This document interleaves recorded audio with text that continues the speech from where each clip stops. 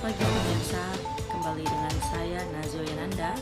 Pada Kamis 2 November 2023 kemarin adalah pertemuan ke-10 pada mata kuliah Teknik Reportase dan Investigasi Berita yang dibawakan oleh dosen yang bernama Dr. Adi Kusuma, SIKOM MSI. Mari kita saksikan beritanya.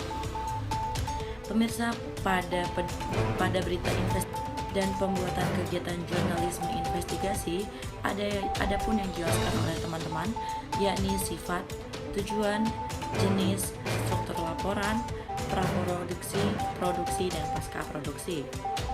Langsung saja ke pembahasan yang pertama, yakni sifat, tujuan, jenis pada penulisan berita investigasi. Adapun di sini sifat penulisan berita investigasi adalah menyelidiki. Maksud dari menyelidiki adalah berita investigasi yang merupakan jenis pemberitaan yang memuat tentang bagaimana suatu kasus menemukan. Objektif dalam berita investigasi, keobjektifan tetap dipertahankan dengan menampilkan paparan fakta dan data yang konkret. Selanjutnya adalah riset dan reportase yang mendalam. Ciri jurnalisme investigasi yang mencakup penelitian dan reportase yang mendalam. Mengungkap fakta yang tersembunyi adalah suatu tujuan utama dari investigasi jurnalistik, yakni mengungkap bukti dan bukti secara fisik, baik bukti secara fisik dari suatu permasalahan yang kontroversial. Adapun di sini jenis jurnalisme investigasi. Yang pertama adalah jenis jurnalisme investigasi data, yang kedua jurnalisme pengawasan, yang ketiga jurnalisme dokumenter, yang keempat moraking journalism. Adapun jenis-jenis jurnalisme investigasi yakni adalah jurnalisme investigasi, jurnalisme lingkungan, jurnalisme investigasi finansial, jurnalisme terselubung, dan penulisan berita investigasi. Investigasi dan struktur penulisan berita investigasi ini sendiri adalah sistem memo yang dimaksud itu untuk memilah data dan keterangan yang telah terkumpul. Adapun strukturnya yakni bagian awal atau lead, bagian tengah atau middle, dan bagian akhir atau endings. Penulisan berita investigasi, struktur penulisan berita investigasi adalah sistem memo tersebut. Pembuatan kegiatan jurnalisme investigasi adalah pasca produksi. Yang dimaksud dengan pasca produksi adalah tahap pasca produksi seluruh kegiatan setelah pengambilan gambar sampai materi itu dinyatakan selesai dan siap disiarkan atau diputar kembali.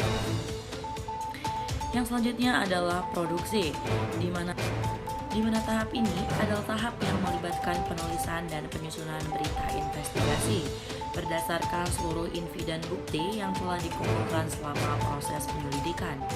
Adapun praproduksi merupakan langkah awal yang meliputi perencanaan, persiapan, dan pengorganisasian sebelum memulai proses penyelidikan dan penulisan informasi penyelidikan.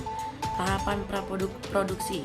Yang pertama, ide atau gagasan yang sudah didapat, pematangan konsep, melakukan riset untuk mencari narasumber atau pelaku, hasil tapping peliputan, dan tapping presenter, sarana dan prasarana produksi.